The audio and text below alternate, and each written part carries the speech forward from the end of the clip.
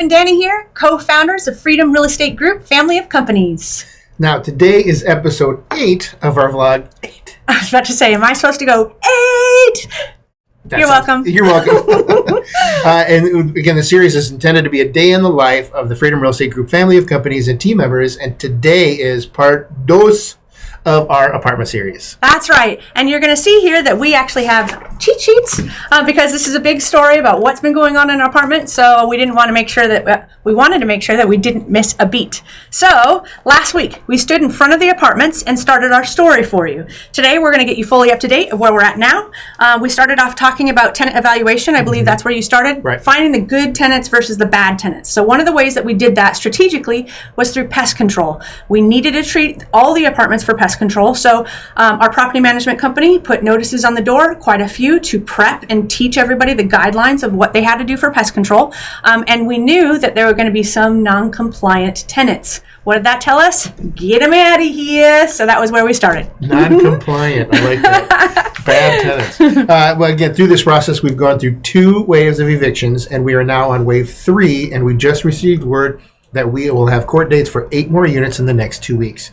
Now, as far as our progress in finding the good tenants, it's getting easier, and we just posted numerous notices last Friday to engage in conversation with all the remaining tenants in order to determine how we will move forward with those who have passed the test so far. And that's an important step, and we'll talk about that again. So here's really why we need all these papers. This is the meat of the story. You guys ready?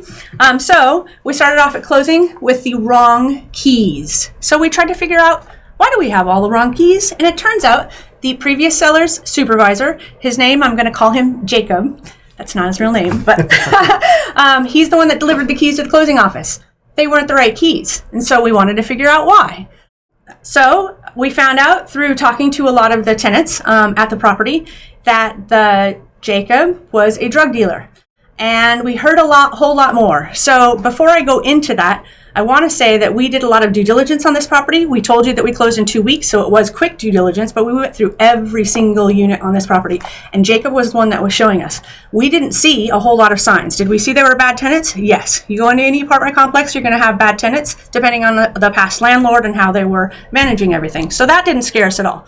But now that we know he's a drug dealer, and he's in charge of maintenance, leasing, property management, and this owner never went to the property at all. So we're like, okay, he just gave us the wrong keys. Was this strategic on his part, on purpose? What else is going to happen as a result of this this guy? So we find out from the tenants that he's a drug dealer. We also start finding out that he would get people who were in rehab, drug rehab, and as they came out, he would get them a place. He would lease up a property, one of the units at the apartments complex, and he would get them back on drugs, and he would sell them drugs. He would also get tenants into the property that were collecting Social Security and say, if you give me your Social Security check, then I will provide housing and food for you. And then he would apply them to subsidies who would essentially bring in the rent. So there was just this huge racket going on, and we're just starting to find out all this, and we're just like, oh my gosh, what did we get ourselves into?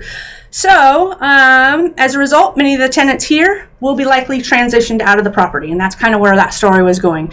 And that's why we've gone through the 2 phases of evictions so quickly. We immediately knew who a bunch of them were. These pest evictions are telling us who some of the next ones are. They're on the next wave. We will probably have 1 or 2 waves after this, but we are still trying to engage in conversations with the tenants to see if there's some good apples there. Yeah, so like she said, the first and second wave was the toughest, definitely. The tenants would let other evicted tenants back in. They would, they would climb in the windows, they would squat in the laundry area, even the common areas. Yes. Or they would just simply kick in the doors. Yep. Then we found out, because we're trying to figure out how they're getting into the property, they would go up the stairwell and go into the attic access, go through the attic, and then back down into units. And there was just drug needles everywhere. And that was one of the longest things that took us to figure out, was that attic access. We had SimpliSafe alarms in every single vacant unit, and we didn't have motion detectors up at that point in time. Somebody got in the unit, they were squatting, they just trashed the unit, right? Yeah. And we're like, why didn't it go off? We were so confused. So everybody was on the watch trying to figure out, how are these guys getting in and how are they not setting off our alarms? Because we had those little door triggers and window triggers. And so we said, let's put a motion sensor in there. And I don't even think that worked. I can't even remember the whole story, but ultimately one of the contractors said, okay, I figured it out. attic access. They're climbing up through that and going in and dropping down. We're like, holy crud. All right, I need to get back on script.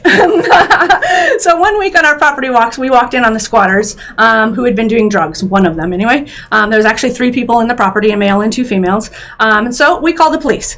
They came out, they met me. I told them that this was now our property. They were thankful that there were new owners. And they said that this has been a drug and homeless scene for a very long time. So I told them about Jacob, and as the conversation continued, they were very, very honest. And they simply said, look, I'm just going to be very honest with you.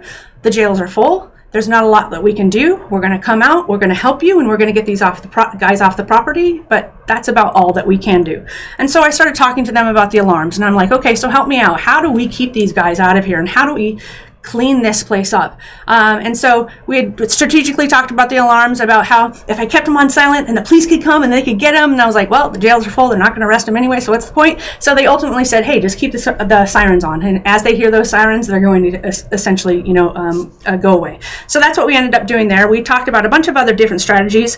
I did at that point in time, remember the 200 unit complex that I pointed to, and we I think showed a picture of it, right? Yep. So I said, hey, right there, 1 block away, look at that complex. Have you guys been there? Is that a problem complex? And they said, no, neither of us have been there. And I was like, yes. Okay, so now there's hope. And that was what made me so happy. There's hope that 1 block away, there's a 200 unit complex that's not having any issues. We can clean this place up. So I got super, super excited. We ended up changing all the locks. We boarded up the windows and the attic access. We put alarms in every vacant unit. And over the course of a few weeks, those steps are what stopped all the traffic. You get good news in our Slack system all the time, going, hey, look at this place. It's so cleaned up. There's not a bunch of people running around. And then let's get back to Jacob real quick. He had a bailiff set out on the 7th of January. So he's gone, but he still peeks in there every now and then, combing through people's mails, probably picking up those Social Security checks, I would imagine. Right. Oh, my goodness. What we still have left to do, we're rekeying all of the exterior doors. We are installing a camera system, like you just said. We're aggressively rehabbing units to get new tenants in the door. And we'll be rehabbing the laundry areas. Mm-hmm. And as you know from last week's video, we're also renaming the apartments and getting a new sign. I'm excited. Manchester Meadows. Yeah, where's your ideas? Jeez. All right, so the place is looking so much better. Even the tenants are out there, and they're saying thank you. They're helping pick up trash. We ordered pizza for some of the tenants that have just been helping us out. So it's really, really, really great. Here's our goal. So we want to rehab as many units as we can by June 1st and get the good tenants in the door who pay market rent and will cover their own utilities. By July 1st, we want to be at 90% occupancy, and after that, we're only going to rehab 4 units at any given time to keep that ratio. So by October 1st, our goal is to refinance and cash out all of our private money partners. Yes. Now, from there, we'll see what these apartments have in store. Now, we could keep them and take the cash flow, which is our current plan, or we could sell. Just whenever the time is right, obviously. The market has to be right. And pour the profit into our next deal. Yes. So doesn't real estate give you the craziest stories? This is usually when our investors say, boy, I'm glad I'm working with you guys. You guys get to deal with all this. But you know what? That's what we love. So we know you like these videos short and sweet. So that's going to wrap it up for today. We hope to see you on the next video. See you later. Bye.